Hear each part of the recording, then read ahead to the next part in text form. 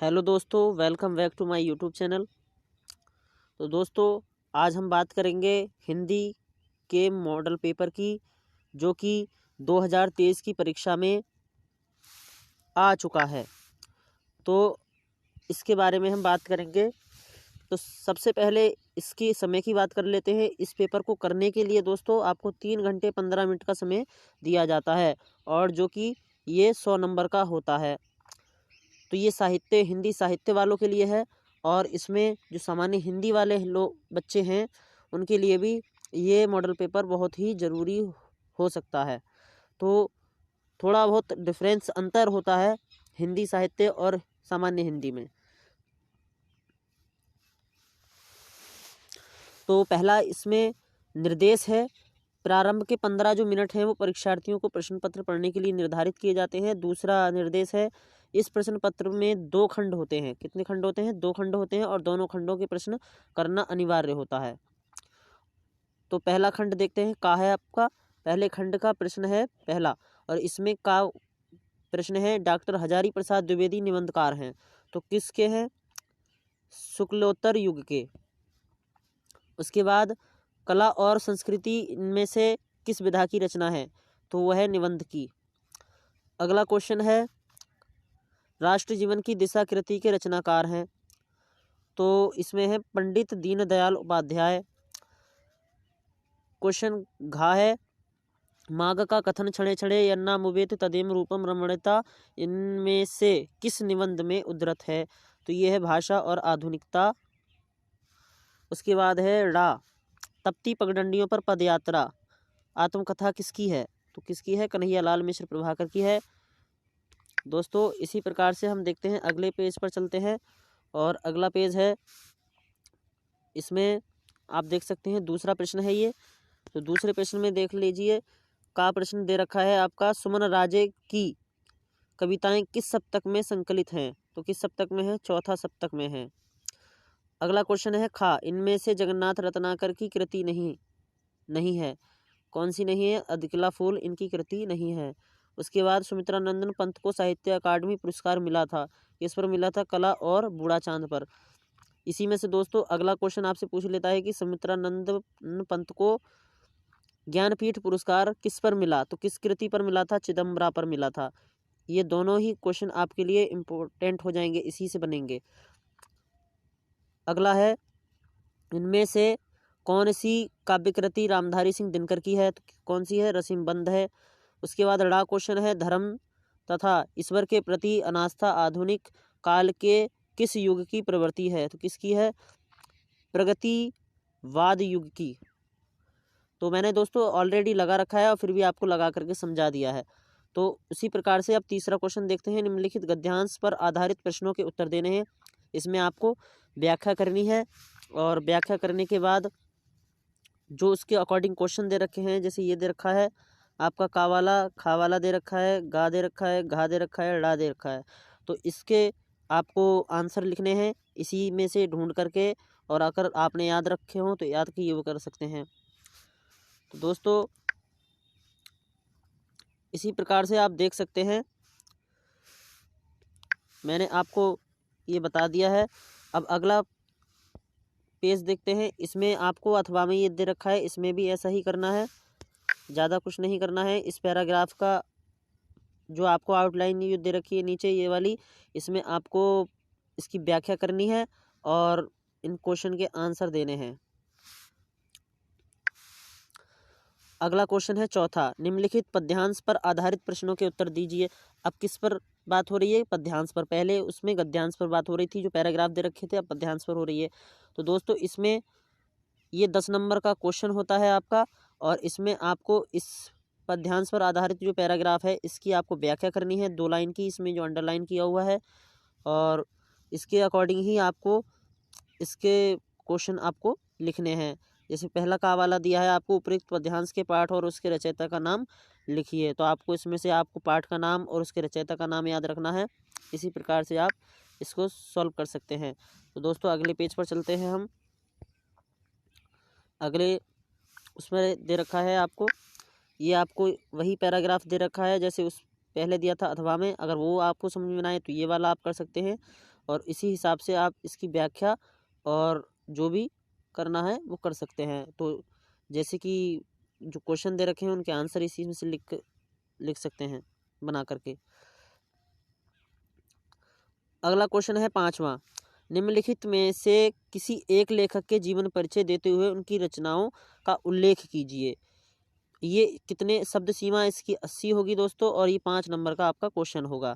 तो इसमें सबसे पहले आपका वासुदेव शरण अग्रवाल दे रखे हैं, आचार्य हजारी प्रसाद द्विवेदी हैं, डॉक्टर APJ अब्दुल कलाम हैं। तो किसी एक लेखक की बात कर रहा है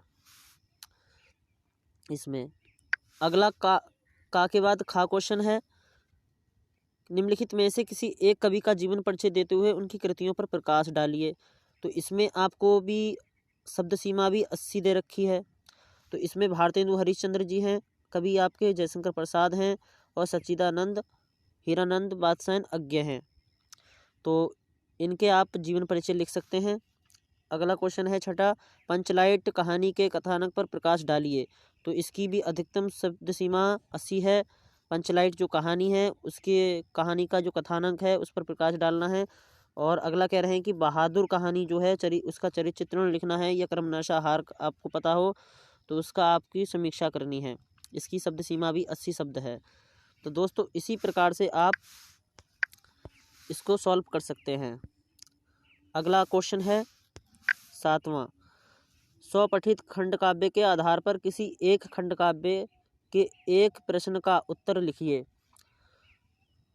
तो इसमें आपको शब्द सीमा 80 दे रखी है। इसको आपको करना है जो आपने खुद पढ़ रखा है वो इसमें से, जैसे का वाला है इसमें दे रखा है रसिम रथी खंड काव्य के आधार पर अर्जुन का चरित्र चित्रण करना है। तो जो मैं बताता हूँ आपको उसमें ज़्यादातर जो आता है वो सत्य की जीत आपके लिए पूछा जाता है। सत्य की जीत खंड काव्य के उद्देश्य पर प्रकाश डालिए, ये ज़्यादा पूछा जाता है। अगला क्वेश्चन है 8वां, निम्नलिखित संस्कृत गद्यांशों में से किसी एक का संदर्भ सहित हिंदी में अनुवाद करना है। गद्य और पद्यांश में क्या होता है, आपका व्याख्या करनी होती है। इसमें संस्कृत में क्या होता है, आपको अनुवाद करना पड़ता है। तो दोस्तों जो पैराग्राफ है आपको उसका अनुवाद करना है हिंदी में और उसका लिखना है। अथवा में अगला एक क्वेश्चन और दे रखा है, पैराग्राफ और दे रखा है, तो उसके बारे में बताएंगे। देखो दोस्तों ये वाला दे रखा है आपको पैराग्राफ इसमें, और ये इसका आपको अनुवाद कर लेना है, या अगर वो वाला समझ में नहीं आए तो ये वाला कर सकते हैं। उसके बाद खा क्वेश्चन है, निम्नलिखित संस्कृत पद्यांशों में से किसी एक का संदर्भ सहित हिंदी में अनुवाद लिखिए। तो आपको इसमें से आपको संदर्भ सहित आपको अनुवाद लिखना है। 9वां क्वेश्चन है, निम्नलिखित में से किन्हीं 2 प्रश्नों के उत्तर संस्कृत में लिखना है। जैसे जो आपको ये प्रश्न दे रखे हैं किन्हीं 2 के प्रश्न आपको करने हैं, और ये आपका 4 नंबर का क्वेश्चन हो जाएगा। तो दोस्तों अगला 10वां क्वेश्चन है, कह रहे हैं कि रौद्र रस और करुण रस की परिभाषा लिखकर उसका उदाहरण दीजिए। यानी रौद्र रस की या करुण रस की, दोनों में से एक किसी की आपको परिभाषा और उदाहरण उसका लिखना है। खा क्वेश्चन है, इसमें अनुप्रास अथवा उत्प्रेक्षा अलंकार की साधारण परिभाषा लिखिए। तो इसमें भी आपको उसकी परिभाषा और उसका उदाहरण लिखना है। अगला है चौपाई अथवा रोला छंद को परिभाषित करते हुए उसका एक उदाहरण लिखिए। यानी इसमें भी परिभाषा और उदाहरण आपको लिखना है। ये आपके तीनों क्वेश्चन ही 2-2 नंबर के होंगे। अगला क्वेश्चन है 10वां, निम्नलिखित में से किसी एक विषय पर निबंध लिखना है। चाहे आप अपने बेरोजगारी की समस्या पर लिख सकते हैं, गोस्वामी तुलसीदास पर लिख सकते हैं, आप अपने प्रिय कवि पर, या आप गा यानी वन संरक्षण का महत्व पर लिख सकते हैं, घा वाला है आपका भारतीय लोकतंत्र पर लिख सकते हैं, देश प्रेम पर लिख सकते हैं। तो इसी प्रकार से दोस्तों इसके जो निबंध हैं वो उनको लिख सकते हैं। अगला देखते हैं 12वां क्वेश्चन है, उपोस्थिति का संधि विच्छेद होगा। तो क्या होगा दोस्तों, इसमें आपका वा वाला ठीक है, उपो प्लस ओषति। दूसरा क्वेश्चन है, लब्ध का संधि विच्छेद होगा, आ वाला ठीक हो जाएगा। उसके बाद नमस्ते का संधि विच्छेद है नमस्ते। नमस्ते का इसमें दोस्तों आपका नमस्ते, तो इसमें बात सही हो जाएगा। आप देख लेना अगर आपको सही से कहीं मिले तो, इसमें डाउट है मुझे। उसके बाद खा क्वेश्चन है, प्रत्येक में समास है, तो प्रत्येक में समास होगा अव्ययभावी। उसके बाद है अगला क्वेश्चन, सज्जन में समास है, कौन सा है? कर्मधारय है। 13वां क्वेश्चन है, आत्मनी रूप है आत्मन शब्द का, तो कौन सी विभक्ति का है? दा वाला, इसका हो जाएगा सप्तमी विभक्ति का एक वचन है। उसके बाद अगला क्वेश्चन देखते हैं, नामने रूप है नामन शब्द का, तो इसमें है आपका दा वाला ठीक हो जाएगा, चतुर्थी विभक्ति का एक वचन है। खा क्वेश्चन है, तिष्ठेत अथवा न्यूनतम शब्द किस धातु लकार पुरुष एवं वचन का रूप है? इसमें आपको बताना है। नित्वा शब्द में प्रत्यय है, कौन सा है? कित्वा प्रत्यय है। उसके बाद लघुत्तम शब्द में प्रत्यय है, कौन सा है? तो प्रत्यय है। उसके बाद घा प्रश्न है, रेखांकित पदों में से किसी एक पद में विभक्ति तथा संबंधी नियम का उल्लेख कीजिए। विभक्ति का जो संबंध होता है उसके नियम का उल्लेख करना है।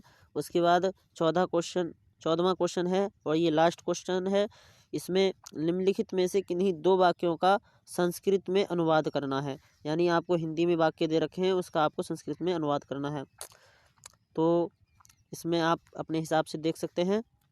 दोस्तों अगर ये वीडियो अच्छा लगा हो तो आप मेरे चैनल को लाइक और सब्सक्राइब ज़रूर करें, और अगर आप और किसी विषय की जैसे भूगोल या समाजशास्त्र की वीडियो आपको चाहिए तो आप मुझे कमेंट करें। धन्यवाद।